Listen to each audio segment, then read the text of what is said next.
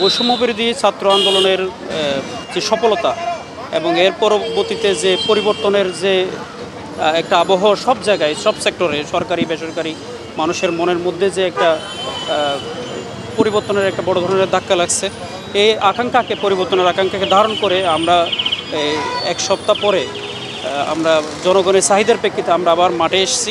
Police headquarter নির্দেশনার আলোকে traffic ব্যবস্থাপনা, ট্রাফিক পুলিশ বাংলাদেশ পুলিশের সবচেয়ে ভিজিবল পার্ট এবং রাস্তায় আমরা কাজ করি।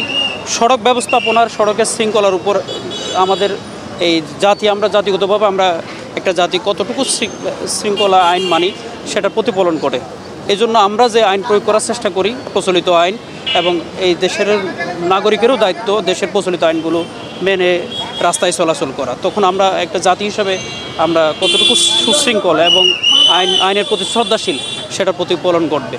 তো আমরা আজকে ভালো লাগছে সবার এই ওয়ার্ম একটা রিসিপশন পেয়ে, এবং ছাত্র জনতা আমাদেরকে ভালোভাবে রিসিভ করছে, এবং আমরাও এই আগ্রহ আবার নতুন উদ্যমে আমরা এই পরিবর্তনের যে আকাঙ্ক্ষাকে ধারণ করে আমরা এই একটা সুশৃঙ্খল সমাজ বিনির্মাণের জন্য এই ট্রাফিক পুলিশ সুন্দর একটা সড়ক ব্যবস্থাপনার জন্য আমরা কাজ করছি, এবং নতুন আঙ্গিকে আরও নতুন উদ্যমে আমরা কাজ শুরু করব।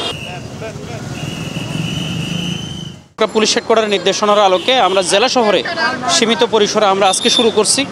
আগামী 14 তারিখ থেকে আমরা আমাদের উপজেলা পর্যায়ে যে এখানে ট্রাফিক কাজ করে সেখানে আমরা একদম পুরোদমে আমরা এই ট্রাফিক ব্যবস্থাপনার কার্যক্রম শুরু করছি। আমরা ইতিমধ্যে আমাদের কি স্থাপনা এবং জিনিসপত্র নষ্ট হয়েছে, বিনষ্ট হয়েছে, কিছু আগুনে পুড়ছে, এরপরে এগুলো আমরা তালিকা করেছি এবং আমরা এটা আমাদের ঊর্ধ্বতন কর্তৃপক্ষকে জানাবো।